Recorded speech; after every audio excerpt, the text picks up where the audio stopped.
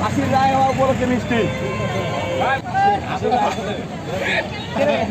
আমরা 20 কেজি মিষ্টি। আলহামদুলিল্লাহ, আমরা ফাঁসির রায়ে পুরো বাংলাদেশ আজকে আনন্দিত হয়েছে।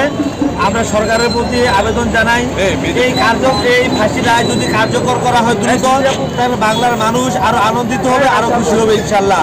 এই জন্য আমরা তার এই ফাঁসির রায়ে খুব দ্রুত কার্যকরের জন্য আমরা অনুরোধ জানাচ্ছি। পঞ্চগড়ের ছাত্র জনতা এবং সাধারণ মানুষ শেখ হাসিনার ফাঁসির রায় হওয়াতে মিষ্টি বিতরণ করেছে। আমরা জুলাই রেভলিউশনে এনএসএর পক্ষ থেকে 20 কেজি মিষ্টি বিতরণ করেছি পঞ্চগড়ে।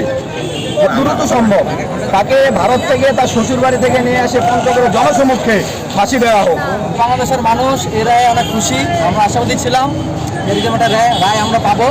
তো শেখ হাসিনা এমন একজন অপরাধী যার শুধু একবার না 14 বারও ফাঁসি দেওয়া হয়, তারপর তার অপরাধের যে পাপ আছে সেই পাপ মোচন হবে।